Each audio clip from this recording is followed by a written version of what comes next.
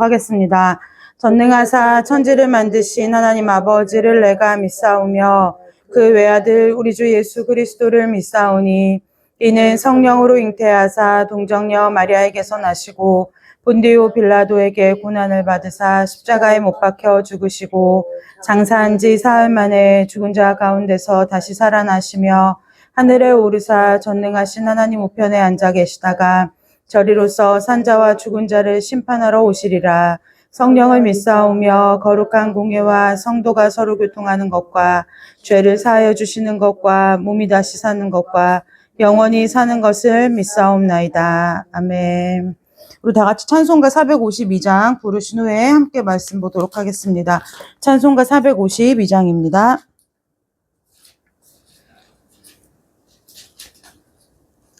찬송가 452장입니다. 내 모든 기도의 제목 예수님 닮기 원함이라.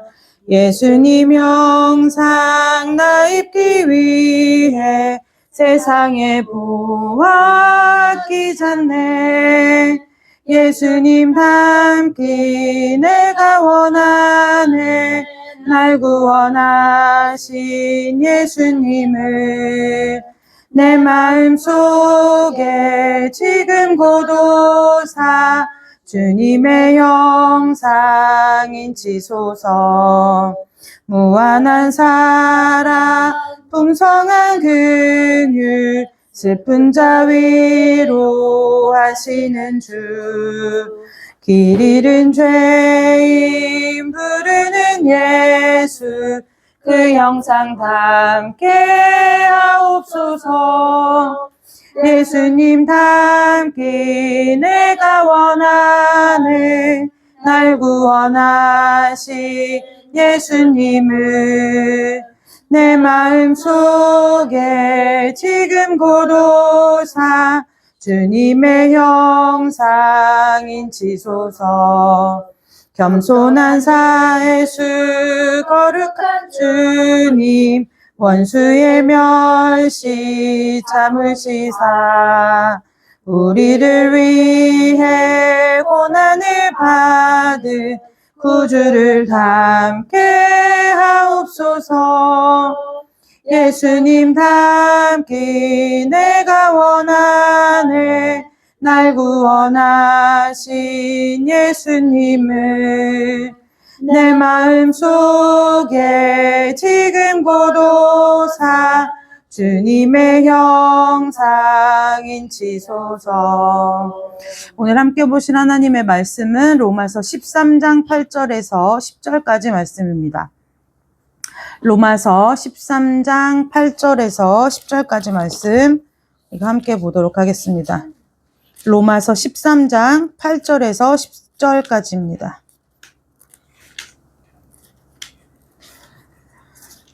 로마서 13장 8절에서 10절까지 길지 않으니까요. 한 목소리로 우리 합독해서 읽도록 하겠습니다. 피차 사랑의 빛 외에는 아무에게든지 아무 빛도 지지 말라.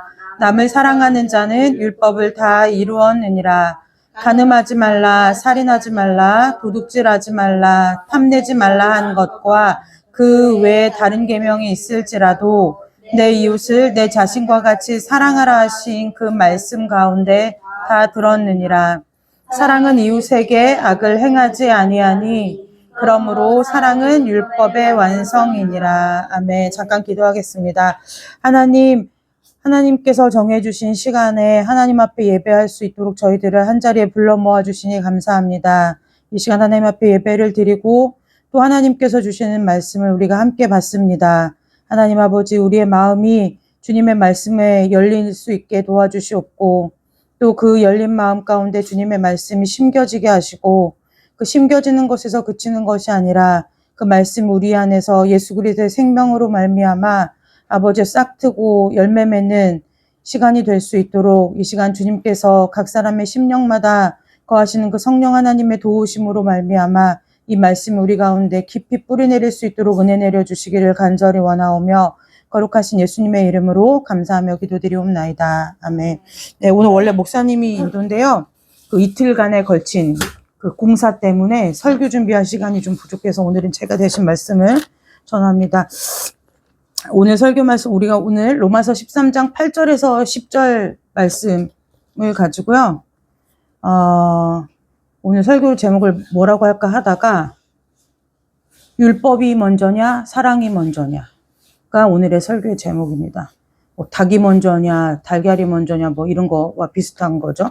율법이 먼저냐 사랑이 먼저냐, 우리는 함께 말씀을 나눌 건데요. 로마서 13장 우리 함께 읽은 8절 말씀에 보면은 뭐라고, 그 하반절에 보면은 뭐라고 그 사도 바울이 기록했냐면, 남을 사랑하는 자는 율법을 다 이루었대요. 네, 남을 사랑하는 자는 율법을 다 이루었다는 거죠. 그래서 누군가 다른 사람을 사랑하는 것은 율법을 다 이루었다라는 그 뜻을 좀 우리가 원래의 의미로 좀 살펴보면, 율법을 다 이루었다라는 것이 어떤 뜻이 되냐면은, 율법의 모든 그 요구들을 충분히 채우고도 남은 것이다. 그런 뜻이라는 거예요. 네. 그러니까 우리가 하나님께서 주신 율법이라고 하는 것을, 여기서 제가 여러분 율법이 뭡니까? 라고 질문하면 알 것 같은데 대답하기 되게 애매한 상황들이 벌어지겠죠? 이 질문 한번 해볼까요? 네. 근데 율법이라는 것이 우리가 딱 율법 하면은 이제 번뜩 생각나는 것이 뭐냐면 대표적인 게 십계명이죠. 예. 9절에도 나와 있는 것처럼 십계명이죠. 그런데 우리가 신약에 관한 설교를 할 때 대부분 예수님에 관한 설교를 할 때 우리가 가장 또 많이 강조하는 것이 무엇이냐면, 사람에게 있어서 율법을 사람은 지킬 수가 없다. 율법을 지키기가 어렵다라고 얘기를 하는 거죠. 근데 또 율법을 그러면 지키기가 어렵다 하면은 그러면 좀 마음에서 그래, 이게 지키기가 어려운 거니까 또 어떠한 마음이 드냐면, 굳이 내가 지키지 못하더라도 이것이 그냥 괜찮아지는 거예요. 그러니까 내가 왜 지키지 못할까 이런 생각이 드는 것이 아니라, 그것도 사람의 죄성인 거죠. 피할 길이 되는 거예요. 율법은 사람이 지킬 만한 능력이 없습니다. 예수님은 뭐 율법을 폐하러 오셨습니다. 이러니까 그 폐하라는 것이 율법이 아무 기능도 없고 아무 뜻도 없다 이 얘기가 아니고, 예수님이 그 모든 율법을 완성하셨다라는 의미인데, 우리는 그렇기 때문에 예수님을 믿으면서 율법에 대해서는 좀 다소 아예 등한시하거나 아니면 너무 율법을 지키려다가 핵심을 놓치는 경향이 우리 가운데 있죠. 그런데 오늘 로마서 13장 8절 말씀에서 보면, 남을 사랑하는 자는 율법을 다 이루었느니라 할 때 이 율법을 다 이뤘다는 말은 무엇이냐면, 하나님의 법이 요구하는 것들을 충분하게 채웠다는 거예요. 네, 그러니까 우리가 율법을 지킨다는 것을 바꿔 얘기하면은 무엇을 말하느냐, 여기 밑에 보면 9절 하반절에 보면 내 이웃을 내 자신과 같이 사랑하라 하시는 그 말씀 가운데 하나님께서 원하고 요구하시는 그 모든 율법이 다 담겨져 있다는 거예요. 네, 예수님에게 누군가 찾아와서 어떻게 해야 됩니까? 라고 물었을 때 예수님 딱 두 가지를 가르치시죠. 하나님을 사랑하라고, 그 다음에 내 이웃을 내 자신과 내 몸과 같이 사랑하라고, 이렇게 말씀하셨던 것처럼 오늘 로마서 13장 8절과 9절에서 보면 내 이웃을 내 몸과 같이 내 자신과 같이 사랑하라고 하신 이 말씀을 우리가 지킬 수 있다면, 거기에 하나님께서 우리에게 요구하시는 모든 율법이 다 충족되어진다는 거예요. 네, 충족된다는 거죠. 그래서 예수님께서 예수님께서 이 땅에 오신 목적, 그리고 예수님 그 자신이 율법의 완성이 되시는데, 그러니까 그 율법은 모든 요구가 무엇이냐? 율법의 문제는 법을 지키느냐 지키지 않느냐의 문제가 아니라는 거예요. 우리는 율법을 지키느냐 안 지키느냐의 문제로 여기죠. 그런데 이 율법이라는 것은, 율법의 모든 요구는 무엇으로 채워지느냐면 하나님 예수 그리스도의 사랑으로 채워진다는 거예요. 네. 그러니까 그 사랑이, 그 요한 1세 보면은 사랑이 허다한 죄를 덮는다 그러죠. 네. 죄의 결과물로 생겨난 것이 사실은 율법이라는 거예요. 네. 그래서 율법을 보면 우리가 무엇을 깨닫느냐, 이러한 것이 우리 가운데는 전혀 생겨날 수가 없다라는 것이 증명되어지죠. 네. 율법을 보면 다 걸리는 거예요. 오늘 저와 여러분의 각자 하루의 생활만을 지켜봐도 율법, 이 십계명만 봐도 이게 안 생기는 것이, 안 걸리는 것이 하나도 없다는 거예요. 저 안 걸렸는데요. 그러면 둘 중 하나예요. 뭐냐면 너무 바빠서 생각을 못 하시고 살았거나, 아니면 자기 객관화가 덜 되어 있는 거예요. 어떠한 객관화요? 세상이 주는 지식에 있어서의 자기 객관화가 아니라 하나님의 말씀에 비추어진 자기 객관화가 좀 덜 된 거예요. 네, 어찌됐든 본론으로 돌아와서 이 사랑이 율법이 우리가 율법을 볼 때에 그 율법을 통해서 우리가 무엇을 할 수 있느냐? 어쨌든 사람에게서 나에게서는 선한 것이라는 것은 나올 것이 없구나라는 것을 볼 수 있다는 거예요. 볼 수 있다는 거죠. 그러니까 다 뭐냐면 하지 말라는 것이 대부분이에요. 네, 다 하지 말래요. 살인도 하지 말고 도둑질하지 말고 탐내지 말고. 네, 그런데 왜 그러느냐? 이게 행위적인 것을 말하는 것이 아니라 무엇을 말하기 때문이냐면 여기서 자 보세요. 여기서 간음하셨던 분 손 들어보세요. 없죠? 살인하신 분 없죠? 도둑질하셨던 분 있을 수도 있겠지만 대체적으로 없어요. 그러니까 여기서 도둑질은 우리가 흔히 말하는 남한테 들켜서 경찰서를 갔다 오는 이런 거 없죠? 탐내지 뭐 이러한 것들이 율법이 행위를 말하려고 하는 것이 아니라는 거예요. 예수님이 이미 이전에 예수님께서 뭐라고 말씀하셨어요? 형제를 미워하는 것도 살인하는 거라고 그랬어요. 그러니까 예수님이 말하는 것은 늘 어디에 있느냐면 하나님이 말씀하시는 것은 무엇이냐면 본질에 있어요. 왜 본질에 있을까요? 이미 우리가 범죄함으로 인해서 우리의 육신에 우리라는 존재 자체가 원죄를 갖고 있기 때문에 하나님들 우리에게 무엇을 요구하시냐면 본질을 말씀하시는 거예요. 네, 우리가 이리 구르고 저리 구르고 아무리 잘 굴러도 죄 가운데 뒹굴어요. 그러니까 하나님 자꾸 우리에게 왜 이렇게 본질을 강조하시냐면은 그 본질이 원래 하나님이 우리를 창조하신 모습이기 때문에 본질을 얘기하시는 거라는 거예요.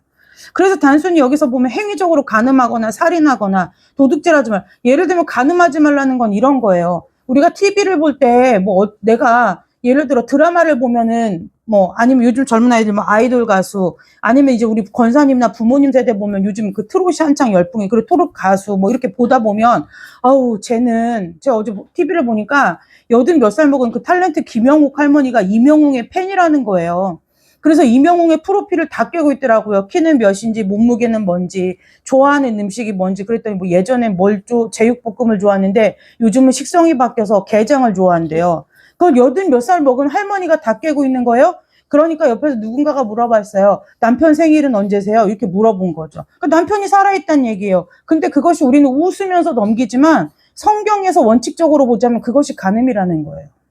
그러니까 그 모든 것이 우리 가운데서 행위를 말하는 것이 아니라 나 간음하지 않았는데요. 나 살인하지 않았는데요. 이렇게 말하면 아직도 하나님이 이 율법을 통해서 말씀하고 싶어하는 그 본질이 무엇인지 하나님의 본심이 무엇인지 우리가 잘 모른다는 얘기죠. 그래서 이 율법을 보면은 간음하지 말라 이 모든 것이 다 어디에 들어있다고요? 내 이웃을 내 몸과 같이 사랑하라는 그것 안에 10계명이 다 들어있다는 거예요. 네. 그래서 이것은 무슨 얘기를 하느냐? 율법 너희들이 지킬 수 없는데 그걸 어떻게 하면 지킬 수 있느냐? 사랑으로 채워야 된다는 거죠. 그런데 사랑으로 채워야 된다는 거예요. 율법과 사랑이 무슨 차이가 있나 정리를 해드릴게요. 율법은 뭐냐면 계약관계이기 때문에 의무적으로 이행하는 거예요. 네, 의무적으로 이행하는 거예요. 그러니까 계약을 했어요. 저희가 이제 주일에 성전에 계약을 했죠. 성전을 계약을 했어요. 그럼 의무적으로 이행하는 것은 무엇이냐면 주인 되시는 건물주 장로님 권사님하고 그 임차인인 저희하고 의무적으로 계약을 한 거예요. 그러니까 전혀 어떠한 관계를 갖지 않고 예를 들면 딱 정해진 날짜에 하루도 밀리지 않고 월세를 딱 내고 그 외에 다른 것은 전혀 교류가 없는 거예요. 이거는 계약이 이행되는 걸까요? 아닐까요? 이행이 되는 거예요. 왜요? 계약한 건 무엇이냐? 정해진 기간 안에 정해진 임대료를 내고 그것을 쓰는 거기 때문에요. 네, 쓰는 거죠. 그런데 그 율법은 계약에 따른 의무 이행의 관계 그 이상의 의미가 없다는 거예요. 네, 그 이상의 의미가 없어요. 근데 사랑이라는 것은 무엇이냐면 그 의무의 이행을 베이스로 깔고 간다는 거예요. 그거는 그냥 기본 중에 기본이라는 거예요. 제가 어제 이혼 숙녀 캠프를 저는 목요일날 꼭 봐요. 왜냐면 사는 사람들의 모습을 보면서, 아, 나는 저렇게 안 살아서 다행이다. 이게 아니라, 아, 진짜 가정이 많이 깨어졌구나. 이걸 보게 되고요. 또 하나는 그들의 모습 가운데 저희들의 모습이 있어요. 저희 부부들의 모습이 있어요. 근데 우리는 그럼 왜 잘 사느냐? 아, 이거 하나님 은혜구나라는 걸 다시 깨닫게 된다는 거죠. 네. 그런데 왜 이 얘기를 하느냐면 여러분, 결혼이라는 언약이라는 것이 관계가 맺어지면 이제 무엇이면 서로에게 의무를 다하는 건 기본이라는 거예요. 기본적인 거죠. 네, 그거를 막 내가 너를 위해서 희생했다, 뭐 했다라고 생각하지 않는다는 거예요.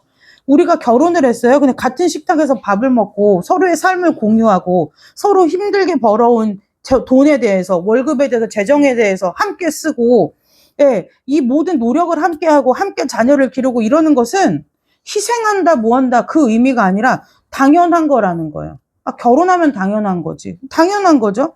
그런데 이 율법, 그것이 율법이에요. 당연한 것. 근데 그 당연한 것을 넘어서서 그 당연한 것들을 할 때에 내가 결혼했으니까 하고, 내가 남편이니까 하고, 부인이니까 하고, 내가 자식이니까 하고, 내가 부모니까 하는 이것이 아니라 그 의무 이행의 수준을 뛰어넘는 순종과 희생이 생긴다는 거예요. 그 언약의 중요성이 이거예요. 그것을 뛰어넘을 만한 순종과 희생할 마음이 기꺼이 우리 안에 생긴다는 거예요. 그래서 저와 여러분이 말씀을 대할 때, 교회 생활을 할 때, 그리고 하나님의 일들을 감당할 때 이것이 내가 해야 할 일이구나라는 책임감으로 하는 일은 사실은 아직까지는 내 믿음의 수준이 율법에 머물러 있는 거라는 거예요. 그 일이 나에게 있어서 기꺼이 해야 할 일이 되는 거예요. 즐거운 일이 되어야 되는 거고요. 그 일을 할 때 내 마음 가운데 하나님 앞에 자원함이 있어야 된다는 거예요. 그래서 우리가 율법과 사랑이 무슨 차이가 있느냐? 그러니까 율법과 사랑이 서로 이렇게 반대적인 그 자리에 있는 것이 아니라 율법에서 더 나아간 것이 사랑이라는 거예요. 네. 그래서 이런 거죠. 예를 들면 밥을 먹는데 나 혼자 살 때처럼 나 좋아하는 반찬만 딱 해놓고 너 와서 먹어. 이것과 이게 결혼을 하고 자식이 생겼을 때 무언가 그 사람을 위해서 기꺼이 해주는 것, 그것이 우리가 말하는 성경이 얘기하는 사랑이라는 거죠. 의무 이행을 넘어선 거예요. 초월한 관계라는 거예요. 그거는 그냥 저 사람의 삶이 나의 삶이 되고 내 삶이 그 사람의 삶이 되었기 때문에 이것이 단순히 네가 하냐 내가 하냐의 문제가 아니라는 거예요. 우리 부모님 세대 보면 알 수 있죠. 남자가 하는 여자가 하는 그건 우리나라의 세대, 우리나라의 고유한 개념이긴 하지만 예를 들어 요즘 젊은 세대들이 딱 그 결혼 생활을 하면서 딱 리스트를 뽑아서 이건 네 일, 이건 내 일. 그 요즘은 젊은 사람들이 이혼이 뭐라고 하냐면 엑셀 이혼이라고 한대요. 엑셀 파일로 정리를 해놓는 거예요. 무엇을 대비해서? 항상 이혼할 것을 대비해서. 평가표를 만드는 거예요. 네가 할 일, 내가 할 일 리스트를 만들고 거기서 뭐예요? 서로 점수를 매겨주는 거예요. 일의 실행 여부를 OX 하는 거죠. 그래서 그걸 나중에 뭐 하느냐? 이혼 자료로 쓰는 거예요. 그 뭐냐면 그것을 젊은 세대들이 뭐라고 생각하느냐면 미래를 대비하고 사는 삶이라고 착각하고 사는 거죠. 손해보기 싫다는 거예요. 손해보기 싫다는 거죠. 그래서 다시 이제 본론으로 돌아오자면 이 사랑이라는 것은 의무 이행을 넘어선 거라는 거예요. 그 사랑의 형태가 다양하게 나타나죠. 순종하기도 하고요. 때로는 누군가를 위해서 기꺼이 희생하기도 하고요. 헌신하는 것을 헌신으로 여기지 않는 것. 그것이 사랑이라는 거예요. 하나님께서 우리에게 율법을 주신 것은 무엇이냐? 그 율법을 처음에는 의무로 지켰든 내가 크리스찬이 됐으니까 지켰든 내가 말씀을 모르지만 하나님이 지키라고 해서 지켰든 아니면 이걸 지키지 않으면 하나님이 나를 벌하고 저주하실까 봐 지켰든지 간에 그것이 처음에는 시작이 율법으로 시작했을지라도 우리의 신앙의 여정이 결국엔 무엇이 되어야 되냐면 사랑으로 끝나야 된다는 얘기예요. 그래서 사랑이 없으면 아무것도 아니라고 얘기하는 거예요. 내가 아무리 좋은 말을 하고 내가 1만 마디의 방언을 하고 말을 천사같이 하고 내가 막 어떤 행위를 양심적으로 그렇게 한다고 할지라도 그 안에 그 사람의 본질 가운데 예수 그리스도의 사랑이 없으면 뭐 하라고요? 울리는 꽹과리 같다는 거예요. 울리는 꽹과리와 같다는 거예요. 그 사랑은 그래서 뭐예요? 여기서 보면 13장 8절에서 보면은 그래서 이웃을 사랑하는 것이 율법을 이행하는 것을 채우고도 남는다는 거예요. 채우고도 남는다는 거예요. 그래서 사랑 안에 모든 것이 포함된 거죠. 필요한 조건이 아니라 그것이 충분 조건이 된다는 거예요. 십계명을 대하는 마음도 마찬가지죠. 율법을 해야만 하는 의무로 여기고 짐으로 여기다가 이제 우리가 그 사랑 안에 거하게 되면 그것이 기꺼이 지켜지는 거예요. 즐거이 지켜지는 거죠. 그래서 이런 거예요. 처음에 교회를 나오면 대부분 요즘은 정말 안타까운 게 뭐냐면 요즘은 본인들이 막 시상식이나 이런 데 가서 상을 받고 막 모든 게 감사하고 하나님 은혜다라고 얘기하는데 그 사람들이 또 예능 프로나 이런 데 나오면 막 맥주 한 캔 하고 술 먹는 건 너무 당연한, 와인 한 잔 하는 게 너무 당연한 삶이 되어버렸잖아요. 그런데 그것이 아니라 예전에는 적어도 뭐냐, 내가 술을 못 끊고 내가 담배를 못 끊어서 교회를 못 가겠다. 그러니까 적어도 뭐냐, 교회, 하나님을 믿는 걸 생각할 때는 술, 담배를 하지 않아야 되는 것으로 생각했다는 거예요. 그래서 술을 먹고 담배를 먹던 사람도 교회 주변에 오거나 예배를 오려고 하면은 그 시간만큼은 참죠. 그것이 뭐냐면 율법의 삶이라는 거예요. 왠지 거리끼는 거죠. 근데 나중에 정말 하나님을 인격적으로 만나고 영접하게 되면 그것이 어떻게 되느냐, 기꺼이 즐겁게 끊어지더라는 거예요. 네, 기꺼이 되는 거예요. 그렇게 굳이 싫어하는 것을 하나님 싫어하신다는데 내가 그걸 굳이 그렇게 할 필요가 있을까라는 마음이 우리 가운데 생긴다는 거죠. 네, 그래서 사랑이라고 하는 것은 무엇이냐, 모든 율법의 요구들을 다 채우고도 남는 거예요. 네. 그러니까 막 여러분 사랑해야 합니다, 사랑하십시오, 사랑해야만 합니다라는 이 구호가 아니라는 거예요. 외침이 아니라는 거죠. 우리가 사랑에 대해서 오늘 우리가 의미를 좀, 정의를 사랑에 대해서 다시 내릴 필요가 있어요. 우리가 무엇이냐, 무조건 좋은 말을 하고 무조건 사람에게 있어서 막 뭐랄까요, 용기를 북돋아주는 말을 하고 무조건 그 사람한테 막 될 수 있어, 넌 잘할 거야, 넌 최고야, 이렇게 해주는 것이 사랑이라고 생각하는 거예요. 그리고 모든 부탁이 오면 거절하지 않고, 이 모든 것이 사랑이라고 생각하는데요. 그것이 왜 그러느냐, 내가 알고 있는 세상이 말하는 사랑과 반대 개념이 하나님의 사랑일 거라고 우리가 잘못 생각하고 있다는 거예요. 네. 그래서 우리의 사랑이라는 것이 단어의 정의를 내리려면 시작점이 어디여야 되냐면 세상이 말하는 사랑의 반대적인 것이 하나님의 것이겠지라고 착각하는 것이 아니라 하나님이 사랑을 뭐라고 말씀하시는지를, 거기서 우리의 사랑이 시작되어야 된다는 거예요. 우리는 쉽게 말씀에 있어서 말씀을 지키고 하나님을 따르고 하나님을 사랑하는 일이라고 하면은 우리 되게 쉽게 생각해요. 세상에서 하는 것과 반대로만 하면은 그게 잘하는 거라고 생각하는 거예요. 세상에서, 그러니까 뭐냐, 세상에서 내던 열심을 대상을 바꿔서 하나님을 향해서 열심을 내면 그게 내가 하나님을 사랑하는 거라고 착각한다는 거예요. 그런데 그렇지 않아요. 그렇지 않다는 거예요. 성경을 하나님께서 우리에게 말씀을 우리에게 주신 이유는 가장 큰 이유 중에 하나가 무엇이냐면 하나님을 사랑하는 것이 어떤 것인지를 우리가 다시 배워야 된다는 거예요. 왜요? 우리에게는 사랑이라는 것이 아까 서두에 말한 것처럼 우리에게는 사랑이 뭔지도 모를 뿐더러 사랑을 어떻게 하는지, 사랑의 방법은 더 모르고, 왜요? 사랑이 뭔지 모르는데 어떻게 사랑하는지를 어떻게 알겠어요? 그렇기 때문에 우리에게서는 사랑의 근거를 찾을 수가 없다는 거예요. 근데 우리는 마치 우리가 계속 태어나서부터 이 세상 문화 가운데 이렇게 발달하고 사람이 살다 보니까 사람이 어쨌든 사랑이라는 것을 느끼고 배워요. 뭐 부모를 통해서, 가족을 통해서, 친구를 통해서 배워요. 그러다 보니까 우리가 무슨 착각에 빠지게 되냐면 우리가 사랑할 수 있다라는 착각에 빠지는 거예요. 그러니까 우리가 사랑하는 것에서 좀 나쁜 점을 좀 고치고 안 좋은 점을 좀 개선하면 그것이 하나님이 말하는 사랑일 거라고 생각하는 거죠. 아주 큰 착각이라는 거예요. 우리는 아예 제로 베이스예요. 사랑에 대한 제로 베이스예요. 우리가 사랑을 할 수가 없는 거예요. 그리고 사랑이라는 것이 우리 가운데 내재되어 있지 않아요. 이미 타락했기 때문에 내재되어 있지 않아요. 그래서 예수를 믿고 우리가 하나님을 인격적으로 만났다고 하는 것은 무엇이냐면 뭔가 신비한 경험을 하고 체험을 하는 것이 아니라 하나님의 사랑이 무엇인지를 깨닫는 것이 하나님을 인격적으로 만난 일이라는 거예요. 소나무 뿌리 기둥을 뽑아도요, 하나님의 사랑을 볼 수가 없어요. 그 다음에 그 음식을 밥 먹듯이 해도요, 하나님의 사랑이 뭔지를 몰라요. 내가 아무리 내 가진 재산을 다 갖다 바쳐도 하나님의 사랑 모를 수 있다는 거예요. 앞서 얘기한 것처럼 내가 막 누군가를 사랑하는 열심, 내 자녀를 향한 열심, 내 남편과 내 아내를 향한 열심, 내가 하는 일에 대한 열심, 그것이 사랑이라고 내가 정의를 내리고 살았는데 그게 아니었어. 이제 이 대상을 하나님으로 바꾸는 거야. 그래서 하나님을 향해서 하나님을 사랑한다고 무조건 밑도 끝도 없이 막 모든 일에 열심, 막 그래서 교회 일에 열심, 뭐에 열심, 그것이 사랑이 아니라는 거예요.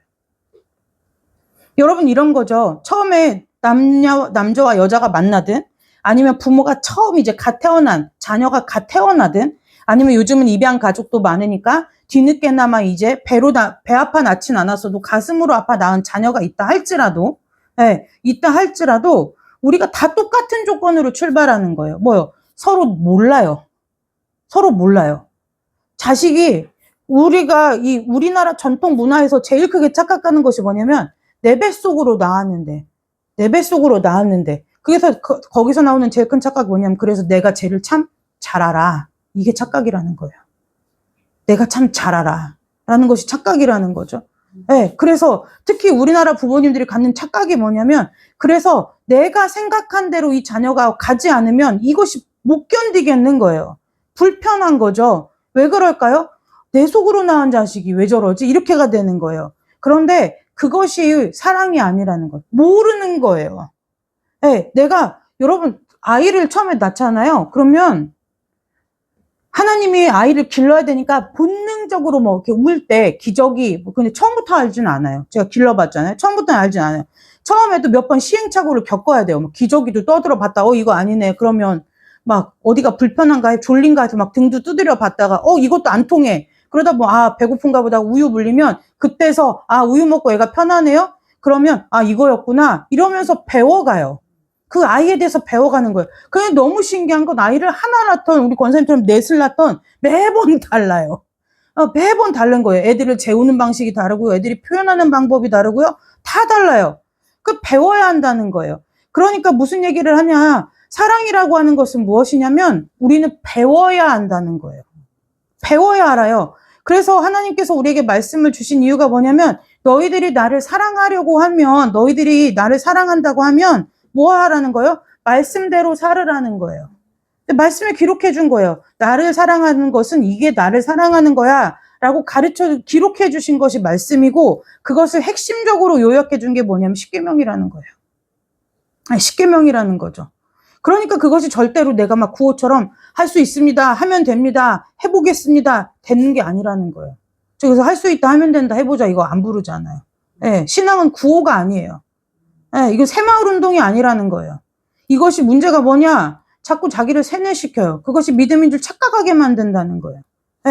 그리고 두 번째는 우리가 왜 우리가 사랑할 수 없는 존재인가를 어떻게 보면 알 수 있느냐? 우리가 가만히 생각해 보세요. 그러면 하나님의 일은 막연하게 어렵고 불가능해 보여요. 다 경험하셨죠? 하나님의 일이라고 하면 왠지 무겁고, 왠지 어렵고, 그리고 하나님이 말씀하시는 것은 왠지 지킬 수 없을 것 같다는 것이 우리의 삶의 대전제로 깔려 있어요. 그것이 우리의 원죄성이라는 거예요. 누가 해보지도 않았어요. 도전도 안 해봤어요. 그런데 그냥 목사님으로부터 이게 강단에서 설교 말씀 이렇게 들으면 막연히 안 될 것 같은 거예요. 여러분, 원수를 사랑하십시오. 그러면 원수를 사랑하는 거 그러면서 어떻게 생각이 흘러가요? 그럼 내가 지금 내 마음에 품고 있는 원수 같은 사람은 누구지? 내가 그 사람을 어떻게 품고 사랑을 해야지를 우리의 생각이 흘러가면 그게 괜찮은데 원사 목사님이 원수를 사랑하라고 그러면 이제 속으로 여기서 내 자신이 말을 하는 거죠. 목사님 안 당해보셨나요? 목사님은 원수 같은 사람이 없으신가 보죠? 막 그렇게 생각을 하다가 목사님 속으로 이렇게 그러는 거죠. 나 같은 사람을 안 살아봤으니까 저렇게 원수를 사랑하라고 얘기하지 막 이렇게 우리의 생각이 흘러가는 거예요. 이렇게 흘러가죠.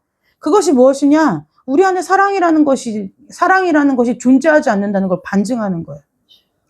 그래서 우리 원죄성 때문에 하나님의 일은 어쨌든 막연히 좀 어렵고 괜히 부담스럽고 그 다음에 하나님이 주시는 말씀은 나 지킬 수 없는, 그래서 뭐예요? 지킬 수 없기 때문에 은혜를 구하는 거예요. 근데 여러분 그렇지 않아요. 지킬 수 없기 때문에 은혜를 구하는 것이 아니라 하나님 앞에 그것이 지켜지려면 은혜가 필요한 거라는 거예요. 우리의 삶이 완전히 어그러지고 뒤틀려 버렸어요. 근데 우리는 그것이 괜찮은지 안 괜찮은지 잘 몰라요. 사랑하면 모든 일이 가능하죠. 그래서 하나님의 일은 하나님을 사랑하면 마태복음에 왜 말했어요? 내 짐은 쉽고 내 멍에는 가볍대요. 그럼 우리가 믿어야 될 것은 뭐냐? 하나님이 우리의 삶에 지어주신 짐은 쉽고 가볍다는 것을 믿어야 된다는 거예요. 내 마음에 내 심정 가운데서 떠오르는 어렵다, 불가능하다, 그걸 내가 어떻게 하느냐? 교회가 목사님이 지금 내 사정을 너무 모르고 내 형편을 모르고 내 처지를 모른다, 이것이 아니라 하나님 앞에 어떤 은혜를 구해요? 아, 하나님이 그 일을 나에게 맡기시려나 보다. 하나님이 그 일을 나에게 원하시나 보다라고 하고 그 일을 내가 하나님의 은혜를 받아서 어떻게 감당할 것인지를 하나님 앞에 구해야 되는데 요즘은 크리스찬들이 다 어떤 삶을 사느냐? 하나님 내가 얼마나 바쁜데요? 하나님 내가 얼마나 힘든데요? 하나님 내가 얼마나 정신이 하나도 없는데요? 내가 지금 여기서 하나님 나한테 하나님 내가 예배 드리는 것만 해도 고마워하셔야 돼요. 하나님 내가 하나님 앞에 지금 하나님은 이게 적을지 모르지만 내가 이거 헌금 드리는 것만 해도 하나님 다행으로 여기셔야 돼요 라는 마음이 제가 볼 때 지금 현대에 살아가는 크리스찬 중에 100의 80%는 그 마음 갖고 살 거예요. 100의 80%는 그 마음 갖고 살 거예요. 예배에 대한 감사도 없고 내가 하나님 앞에 헌금을 드리는 것에 대한 감사함도 없고 내가 이렇게 숨 쉬고 사는 것에 대한 감사함은 너무나 잃어버린 지 오래고 내가 그냥 사지육신 멀쩡해서 내가 할 일이 있고 내가 무엇인가를 그래도 내 마음껏 내가 가고 싶은 데 가고 내가 생각하고 싶은 대로 생각하고 내가 손가락질해서 먹을 수 있고 이 모든 것이 하나님의 은혜 없이는 되어지는 일이 아닌데 지금 내 그 수만큼 수백 가지 수천 가지 하나님이 주신 은혜 가운데 내 삶에 한 가지 안 풀리는 일, 두 가지 안 풀리는 일 가지고 하나님이 없다라고 얘기한다는 거예요. 그것이 우리의 악함이죠. 완악함이라는 거예요. 그것이 우리의 원죄성이라는 거예요. 이 말씀 앞에 자유할 사람이 여기 아이로부터 어른까지 누가 있겠느냐는 거죠. 직분과 신앙이 얼마가 됐느냐를 막론하고 없다는 거예요. 자꾸 뭐예요? 우리에게 사랑 없어요. 불가능해 보여요. 하나님 너무 강한 걸 요구하시는 거 아니에요? 그러면서 계속 뭐라고 해요? 그건 아브라함이나 하는 거죠. 그건 요셉이니까 된 거죠. 그건 다윗이니까 한 거죠. 하나님 저는 아브라함도 아니고 요셉도 아니고 다윗도 아니에요. 라고 얘기하는 거예요. 그것이 미혹되고 속는 거죠. 근데 하나님의 일은요. 하나님이 뭐라고 말씀하셨냐면 예수님이 말씀하셨어요. 예수님이요. 맨날 우리가 사랑해요. 아, 예수님 날 사랑하신대. 그리고 예수님이 나의 힘이야, 방패야. 얘기해요. 근데 그 여러분이 힘이 되고 여러분이 방패가 된다. 여러분이 나의 건지시는 구원자가 된다고 여러분이 믿음으로 고백하는 그 예수님이 여러분에게 뭐라고 말씀하시냐면 내 멍에는 쉽고 내 짐은 가볍대요. 그러면 주님이 주신 짐은 쉽고 가벼운 거라는 것이 믿음으로 우리 가운데 새겨져 있어야 된다는 거예요. 네. 그래서 율법의 모든 요구는 하나님의 사랑으로 채우고도 남아요. 채우고도 남아요. 왜요? 그것이 가능하다라는 것을 보여주시려고 예수님이 성육신 하신 거예요. 네, 성육신 하신 것뿐만이 아니라 뭐예요? 우리 같이 똑같은 인간으로서 우리가 인간이 사는 모든 삶을 다 살아내신 거예요. 막 그러면 제가 이제 그 얘기를 주일학교 때 우리 주일학교 아이들이 예전에 설교를 한번 한 적이 있어요. 그랬더니 한 아이가 손을 들더니 이렇게 말해요. 그래도 70, 80은 안 살았잖아요. 이렇게 얘기하는 거예요. 예수님은 33살에 죽었잖아요. 그래서 제가 뭐라고 대답했냐면 순간 하나님 앞에 지혜를 구하고 이렇게 대답했어요. 사람이 33살까지 살면 그 이후의 삶은 거의 비슷한 수준의 고통과 슬픔뿐이야 라고 얘기해 줬어요. 네, 고통과 슬픔뿐이죠. 예수님이 우리의 삶을 체휼하셨어요. 그것이 예수님이 33살까지 산 것이 우리의 삶을 체휼하지 못했다고 할 수 있는 증거가 되느냐? 그렇지 않다는 거예요. 왜요? 성경이 분명히 말씀하시거든요. 예수님도 우리처럼 고난을 받고 예수님도 우리를 체휼하지 못하시는 분이 아니라고 성경이 말하기 때문에 그것은 진리예요. 불변하지 않아요. 그 얘기는 무슨 얘기냐면 우리에게 내주하시는 성령 안에서 우리도 주님처럼 사랑할 수 있다는 얘기예요. 그래서 주님께서 우리 안에 성령을 보내신 것이고 우리가 그것 때문에 내 안에 그건 주님이니까 그렇게 사랑하신 거지. 주님이니까 그렇게 하신 거지. 나는 사람이지 주님이 아니고 내 마음은 원하나 육신이 약하여 나는 그렇게 하지 못한다는 핑계를 할 수 없는 이유는 예수님께서 우리 안에 성령 하나님을 내주시키셨기 때문이라는 거예요. 그래서 우리의 사랑은 불가능한 일이 아니라는 거예요. 여러분 세상에 성공한 재벌들도 보면요. 다 불가능을 자기 안의 능력으로 가능함으로 바꾼 사람들이에요. 지금도 어떤 사람 이름만 들면 알만한 사람들을 보면 끝없는 실패 가운데서도 뭐예요? 나는 할 수 있다라는 그 믿음 하나로 자기의 인생을 개척한 사람이 부지기수로 널려 있어요. 부지기수로 널려 있어요. 저 그때 유퀴즈인가 이걸 보고 깜짝 놀랐어요. 충북 영동군 심천면에서 고등학교 2학년 형편이 너무 어려워서 중퇴를 한 거예요. 수박 농사 짓던 농부가요. 42살에 러시아로 유학을 가가지고요. 무슨 박사가 됐냐면 우주공학 박사가 됐어요. 42살이요. 근데 심지어 컴퓨터도 못해요. 고등학교 2학년 때 중퇴를 했어요. 근데 겉으로 보면요. 사람이 얼마나 어눌한지 몰라요. 말도 못해요. 어벌벌하고요. 이게 얼마나 뭐 하냐면 동생이 학비를 대주셨다면서 이러니까 그건 우리 동생분들이 그러니까 막 정신이 없어요. 그러니까 이분이 정말 희한한 분인 거예요. 저 사람이 박사라고 싶을 정도로. 근데 이 사람이 살아온 얘기를 하는 거예요. 근데요, 기가 막힌 거예요. 대학을 3개를 다녔대요. 배제대, 카이스트, 충남대. 근데 이거를 졸업 이렇게 한 게 동시다발로 3개를 다닌 거예요. 근데 어떻게 해요? 이제 새벽까지 수박 농사를 짓고 아침에 9시까지 학교를 가는 거예요. 영동군 심천면에 제가 가봐서 알거든요. 거기 1시간도 넘게 걸려요. 거기서 배제대로 이제 등교를 하는 거죠. 거기서 공부를 하는데 이제 못 알아들어요. 그러니까 못 알아들으니까 교수님을 찾아갔죠. 그랬더니 교수님이 카이스트의 어떤 교수님을 소개하고 거기서 또 그것도 카이스트 도저히 못 따라가겠더래요. 왜요? 수업도 영어로 하지. 이미 거기는 뭐 난다긴다는 사람들이 다 모이니까 거기 도저히 못 따라가겠더래요. 얘기했더니 또 거기서 충남대에 있는 어떤 교수님을 소개해 줬대요. 그래가지고 강의를 3군데를 돌면서 매일매일 듣는 거예요. 그러더니요, 러시아로 유학 갔어요. 근데 나이 먹은 사람이 오니까 산업스파인 줄 알았대요. 그 박사 논문을 지금도 쓰고 있는데 그분이 얼마나 웃기냐면 컴퓨터를 조작을 못 하는데 자기 박사 논문 학위 제목이 뭐냐면 실험을 해서 시뮬레이션을 돌려야 되는 거예요. 그 시뮬레이션을 돌리려면 우리 권사님도 좀 어려운 말인데 아무튼 이게 가상 실험을 하는 거예요. 예측값을 넣어가지고. 근데 이거 컴퓨터를 못하면 아예 못하는 거예요. 그 컴퓨터 수준이 어느 수준이냐면 지금 우리 권사님들 수준인 거예요. 이게 껐다 켰다도 받으셔야 하는 수준이었던 거예요. 그게 어떻게 하셨어요? 물어보니까 뭐요? 옆에서 이제 실험하는 동료들이 이렇게 그 컴퓨터를 할 때 계속 찍었다는 거예요. 찍고 녹음하고. 그래서 그걸 집에 와서 뭐 하는 거예요? 반복해보는 거예요. 그게 한 번에 되겠느냐는 거죠. 그러니까 공부를 얼마나 했나? 이가 다 빠졌대요. 생이빨이 다 빠졌다는 거예요. 여러분 그게 왜 그럴까요? 그 사람이 그 공부에 미친 거예요. 나 같으면 안 미칠 것 같은데 뭐 양자역학 이런 데 미친 사람이더라고요. 네. 그런데 제가 이 말씀을 왜 드리냐면요. 사람 안에 어떠한 가능성이 있냐면 하나님의 형상을 닮았기 때문에 내가 마음만 굳게 먹어도 그렇게 할 수 있는 능력이 우리 가운데 있다는 거예요. 그런데 우리가 무엇 때문에 우리 안에 하나님이 내주하심에도 불구하고 나에게 있어서 나는 예수님처럼 사랑하는 것은 불가능한 일이라고 생각하고 사냐는 거죠. 우리의 믿음이 그러니까 여러분 이거 굉장히 중요한 문제예요. 하나님이 믿음을 있잖아요. 완성형으로 주시는 거예요. 네, 완성형으로 주시는 거예요. 완성형, 다 완성된 믿음을 주시고 그걸 가지고 뭐예요? 우리 삶 가운데 계속 적용하면서 살으라고 하시는 거예요. 근데 그동안의 수많은 설교들 가운데 설교의 표현이 믿음이 잘한다고 얘기를 했기 때문에 믿음이 씨앗인데 그것이 잘한다고 생각을 하는데 그게 아니라 하나님이 주신 것은 완전하지 않은 것이 하나도 없다는 거예요. 완전한 채로 오신 거죠. 예수님도 완전체로 오신 거예요. 그러니까 하나님이 우리한테 주신 믿음, 구원도 완성이죠. 구원이 완성된 거예요.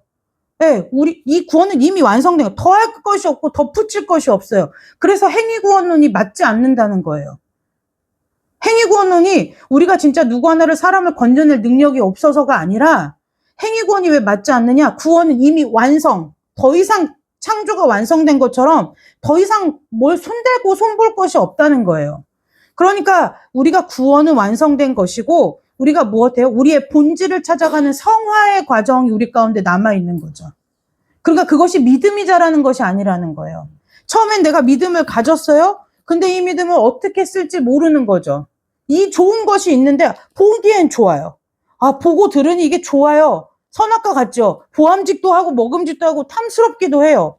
근데 이거를 어떻게 쓸지를 모르는 거예요. 그래서 하나님께서 성화의 과정을 통해서 이 믿음을 우리 삶 가운데 자꾸 쓰게 하시는 거예요.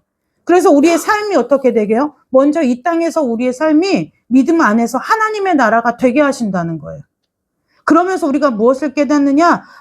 하나님의 사랑을 받고 내가 또 그 하나님의 사랑 안에 거했더니 내가 밟는 어디 가나 내가 있는 곳이 하나님 나라가 되는구나가 되더라는 거죠. 그래서 이 땅에서 하나님의 나라를 하나님의 나라의 평안 가운데 살면서 이제 진짜 하나님의 나라를 소원하고 부활을 소망하게 된다는 거예요.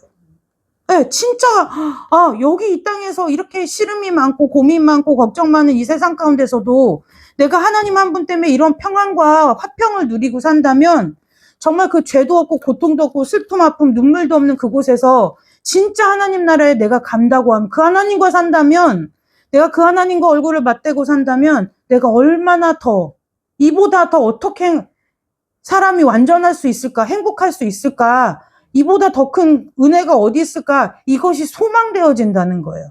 그래서 그 사람 안에 부활의 소망이 없을 수가 없어요. 아유 이놈의 세상 빨리 죽어서 천국이나 가야지 이것은 믿음이 아니라는 거예요. 반드시 하나님의 사명 가운데 하나는 무엇이냐면요. 저와 여러분이 말씀 안에서 하나님의 사랑을 받아 누림으로 이 땅에서 저와 여러분의 삶이 반드시 하나님의 나라가 되어야 돼요. 반드시 하나님의 나라가 되어야 돼요. 왜요? 이미 그것이 하나님이 완성해 놓으신 거예요. 그 반드시 이루어놓은 하나님의 나라 가운데서 이 땅을 살아야 하나님의 나라가 실제구나. 여기서도 이런데 진짜 거기가 얼마나 좋지? 여기서 하나님의 그 사랑을 맛만 보는데도 이 정도인데 내가 그 하나님을 눈으로 맛보고 살고 만지고 살고 하나님 예배하면서 살면 그것이 나한테 얼마나 큰 축복인 거지? 이 감격 때문에 죽음이 뛰어넘어지고 이 감격 때문에 부활이 소망되어져야 된다는 거예요. 지긋지긋한 세상. 빨리 그냥 눈 감아버리고 눈 뜨면 천국이었으면 좋겠네. 이것이 우리의 신앙과 믿음이 아니라는 거예요. 여러분 이제 말씀을 마칠 거예요. 우리는요 하나님께서 기억하셔야 돼요. 하나님께서 구원도 완성품으로 주셨고요. 믿음도 완성품으로 주셨어요. 네. 근데 사용처를 모르는 거죠. 집안에 가전제품 하나 드리면 자꾸 이제 써보면 사용법을 아무리 봐도 읽어봐도 모르죠. 이 사용 설명서 같은 거예요. 네, 천국 사용 설명서, 하나님의 나라 사용 설명서 같은 거예요, 말씀이. 아무리 읽어도 에스겔이 누구냐, 동네 옆집 아저씨 이름도 모르는데 하다가 이게 말씀이 자꾸 깨달아지고 알아지면 자꾸 뭐예요? 이제 내 삶이 보이기 시작하는 거예요. 내가 이걸 못하고 있었네. 내가 이 부분에서 잘못됐네. 이게 어그러졌네. 그러면 뭐예요? 하나하나 보수하는 거죠. 하다 보면 어느 순간 그게 하나님 나라가 되는 거예요. 그러면 보수해서 이 정도인데 진짜는 얼마나 좋은 거야? 이렇게가 되는 거죠. 진짜 가보고 싶다. 그게 되는 거예요. 진짜 가보고 싶다. 진짜 이제는 내가 뭐예요? 하나님 그래서 뭐라고 얘기하는 거예요? 진짜 하나님 그래서 하나님 앞에 믿는 자들에게 있어서 죽음을 성도의 죽음을 하나님 뭐라고 말씀하시면 잔다라고 얘기하잖아요. 잔다. 네. 죽음을 잔다라고 얘기할 수 있는 분은 하나님밖에 없는 거예요. 왜요? 깨우실 분이 그분이시거든요. 네. 죽으면 사람이 깨우면 일어나나요? 안 일어나요. 근데 죽어도요 하나님이 깨우시면 일어나요. 나사로가 일어나잖아요. 부르니까 일어나잖아요. 우리가 죽어 있어도 하나님이 아무개야 일어나라 하시면 우린 일어날 수밖에 없는 존재인 거예요. 여러분 하나님의 사랑으로 사랑하는 은혜가 있으시기를 주님의 이름으로 축복합니다. 네, 하나님을 사랑하는 하나님께서 우리에게 부으심 받은 그 사랑이 우리를 통해서 온전하게 흘러나가게 되는 은혜가 있으시기를 주님의 이름으로 축복합니다. 그래서요 율법을 지켰다고 해서 하나님을 사랑하는 게 아니에요. 하나님을 사랑하면 율법은 자연히 지켜지는 거죠. 그렇지만 내가 율법을 지켰다고 해서 하나님을 사랑한다 말할 수 있느냐? 그건 아니라는 거예요. 그것은 최소한의 것만 했다는 거죠. 네, 최소한의 것만 했다는 거예요. 아까 그 얘기를 하고 마치려고 하는데 어제 이혼숙녀 캠프를 보는데 어떤 부부가 나왔어요. 근데 대전 사람이에요. 막 여기 수목원도 나오고 막 촬영하는데 그랬더라고요. 근데 또 이 와이프가 또 주일이면 교회를 가요. 심지어는 주일학교 선생님이래요. 네, 이제 사남매를 둔 가정인데요. 어쨌든 나왔어요. 근데 나중에 알고 보니까 이 와이프가 이제 조울증이 있는 상태에서 이제 결혼을 한 건데 이게 본인이 누가 봐도 조울증인데 본인은 아니라는 거예요. 네, 본인은 아니래요. 그래가지고 조증이 오면은 이게 어떻게 되냐면 막 이제 가서 통제가 안 되니까 막 가서 술을 먹고 막 새벽 3시, 4시에 이제 가정주부가 그러고 들어오는 거예요. 어느 남편이 오셨습니까? 하겠어요. 그래서 3시, 4시에 이렇게 들어와가지고 막 남편한테 이제 들이대는 거예요. 그럼 남편이 좋겠어요? 아무리 그 병이 있다고 해도 3시, 4시에 와이프가 술 먹고 그렇게 자주 그러고 들어오면 화가 나죠. 그래서 남편이 이제 대꾸도 안 하고 아는 척도 안 하고 있으면 이 와이프가 계속 뭐라고 하냐면 그럼 나 밖에 나가서 딴 남자랑 자고 와? 이러는 거예요. 그 얘기를 밥 먹듯이 하는 거예요. 밥 먹듯이 하는 거예요. 제가 이 얘기를 왜 하냐면요. 여러분, 우리가, 그러니까 왜 그랬냐고 하니까 뭐라고 하냐면, 내가 진짜 그러진 않았잖아요. 또 거기서 이렇게 얘기를 하는 거예요. 내가 실제로 그걸 행동에 옮기진 않았잖아요. 이렇게 얘기를 하는 거죠. 여러분, 제가 이 얘기 왜 하느냐면요. 여러분, 율법을 지켰다고 해서 사랑하는 건 아니라는 거예요. 우리가 같은 집에 살잖아요. 그 부부도. 같은 집에 살고, 같은 공간에 살고, 실제로 그런 일은 벌어지지 않았잖아요. 근데 그것이, 저 부인이 저 남편을 정말 사랑한다고 말할 수 있겠느냐는 거죠. 그걸 보고 저 남편을 사랑하고 있다라고 100% 동의하는 사람은 여기 아무도 없을 거예요. 율법을 지켰다고, 그러니까 최소한의 것을 지켰다고 해서 그것이 사랑하는 것이냐? 그렇게 보기 어렵다는 거예요. 여러분, 우리는요, 하나님께서 우리를 구원하신 그 시간 이래로, 그 시점 이래로 우리는 우리의 사랑이 온전해질 수 있는 은혜가 우리 가운데 있어요. 네, 그래서 사랑을 배우셔야 돼요. 어떤 사랑이냐? 하나님을 사랑하는 것이 무엇인가에 대해서 말씀을 통해서 배우셔야 돼요. 그리고 그것을 내 삶 가운데 적용하셔야 돼요. 네. 우리가 막연히 예수님이 우리의 모든 죄를 용서해 주셨으니까 막 나도 너를 용서해, 막 어떤 선교단체 가면은 막 용서해 준다고 막 속에 있는 걸 막 서로 토설한다고 막 들으면 열받을 얘기를 막 다 서로 토설하는 경우들도 있어요. 그럼 그것이 막 거기 현장 분위기는 막 다 좋게 흘러가는데 나만 난 용서가 안 돼 이럴 수가 없으니까 거기서는 막 다 용서하는 것 같은데 속으로 앙금이 남죠. 왜 안 남겠어요? 그것이 사랑이 아니라는 거예요. 그렇게 그러니까 겉으로 드러나는 것이 아니라 여러분 우리가 하나님을 사랑하는 그 일에 있어서 기억하셔야 된다. 기억하는 것이 아니라 믿어지셔야 된다는 거예요. 나도 주님처럼 사랑할 수 있구나. 주님의 사랑은요, 지혜가 있죠. 지혜로워요. 주님은 지혜로우신 분이에요. 아까 담누리가 이제 학교 갔다가 저랑 이렇게 오면서 뭐라고 하냐면, 엄마 나 혼낼 거야? 갑자기 이유도 없어요. 그래서 왜? 물어봤어요. 나 이렇게 귀여운데 혼낼 거야? 이렇게 얘기하더라고요. 그래서 귀여운 것과 혼내는 건 별개야.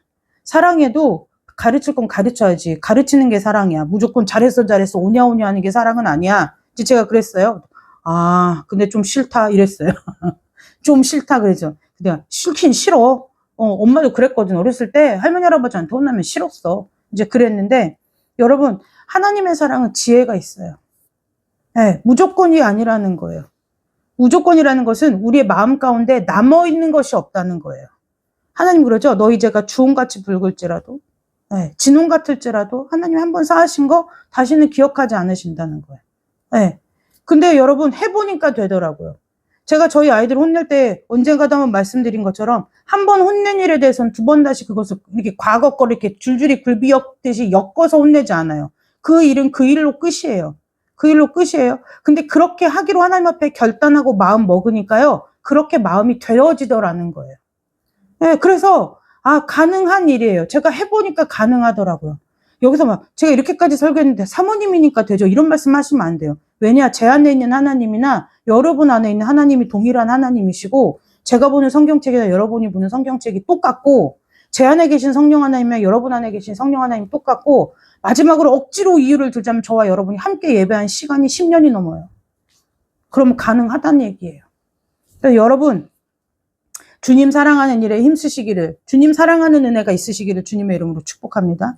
그리고 그 사랑을 누리는 은혜도 있으시고요. 그리고 그 사랑을 흘려보내는 주님이 하신 그 사랑을 우리도 흘려보내는 그 은혜가 저와 여러분 가운데 있으시기를 주님의 이름으로 축복합니다. 포인트를 하나 가르쳐 드릴게요. 이게 키포인트예요. 근데 하나님께서요, 그 물꼬를 트시려면 하나님께서 반드시 하시는 일이 한 가지가 있는데요. 그것이 뭐냐면 용서라는 거예요. 하나님께서 우리에게 해주신 그 용서의 수준 정도의 용서를 하나님께서 우리의 인생 가운데 한 사람 한 사람에게 다 두셨어요. 그걸 기억하셔야 돼요. 네, 내가 내 마음 가운데 용서할 누군가를 하나님 누군가 다 한 사람, 모든 사람의 인생 가운데 다 두셨어요.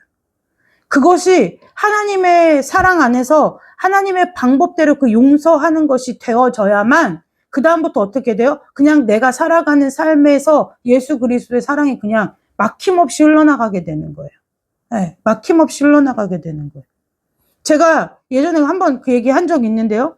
저희 할아버지 이제 사고 낸 그 가해자를 한번 그렇게 용서하는 경험을 했고, 그 이후에 또 한번 뭔가 어떠한 일들이 있어서 그 사람을 용서하는 경험을 하나님께서 2번에 걸쳐서 제 인생에 이렇게 선명하게, 그러니까 그것을 떠올릴 때, 아, 그 사건 때문에 내가 마음이 아팠지, 그 사건 때문에 막 힘들었지, 막 이가 갈려, 이것이 아니라, 그것이 딱 떠오를 때는 무슨 뜻이냐면, 하나님이 저를 볼 때, 저를 볼 때, 제가 하나님이 볼 때는 경고등이 켜질 수준으로 누군가를 마음에서 미워하고 있다는, 그러니까 이게 사인처럼 이게 떠오르게 하시는 거예요. 그러니까 그 사건이, 그러니까 네가 가해자냐, 내가 피해자냐, 이 얘기가 아니라 그걸 통해서 너도 이렇게 용서함 받은 것처럼 너도 마음을 풀어야 된다라는 것을 하나님 떠올리게 하실 때 그 일들을 떠올리게 하시거든요. 그럼 아, 맞아, 내가 그랬었지. 그걸로 하나님 이제 발목을 잡으시는 거죠. 근데 여러분, 분명히 우리 가운데 뭔가 풀리지 않는 관계와 아니면 용서하지 못한 누군가가 있다고 하면은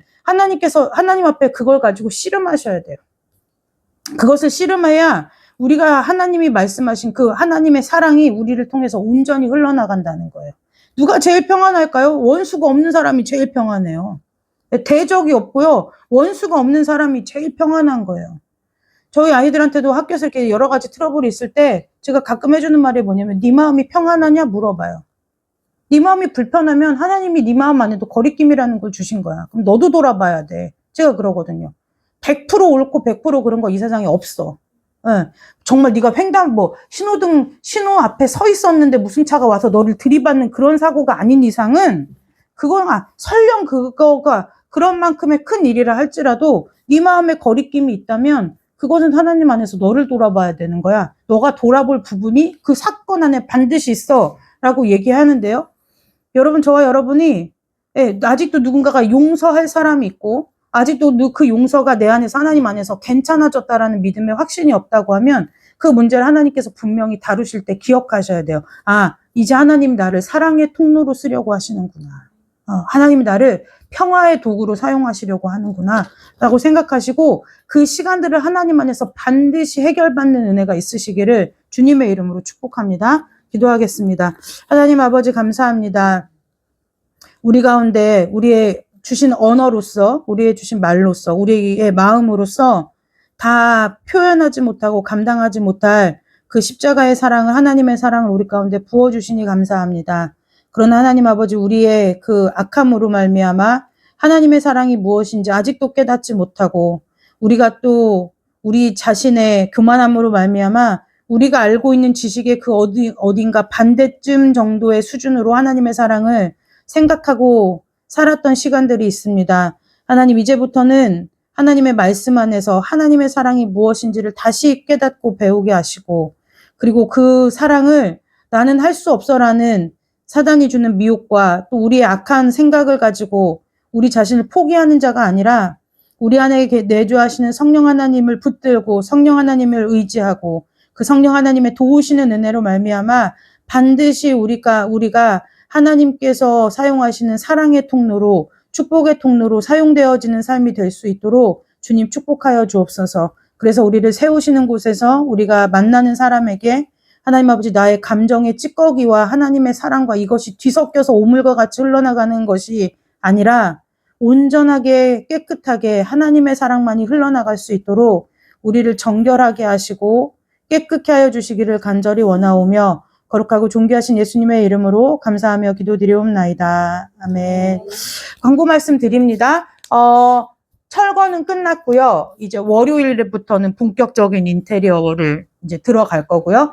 주일 예배는 그 전에 쓰던 교회 의자가 10개가 있어요. 그래서 그거를 내일 이제 목사님이랑 저랑 성전에다가 좀 갖다 놓고 거기 이제 소강대상이 있으니까 소강대상 놓고 일단 주일 예배는 오전 11시 예배는 거기서 새 성전에서 드리는 것으로 하겠습니다. 성전 세우는 일에 있어서 계속해서 기도해 주시고요.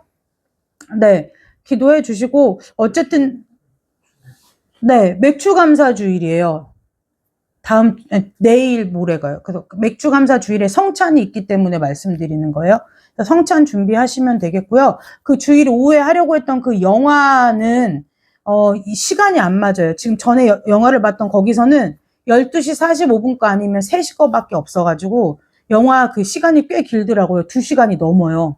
그러니까 이제 텀이 없어서 뭐 밥 해먹고 가기도 시간이 애매하고, 그래서 그것은 각자 관람, 자유 관람으로 하시고, 네, 자유 관람으로 하는 것으로 하고요. 그 인테리어 하는 것은 중간중간 아마, 네, 수요일에 오셔서 보시든지 뭐 보시면 될 것 같아서, 따로 단톡방에 특별하지 않으면 올리지 않는 것으로 하겠습니다.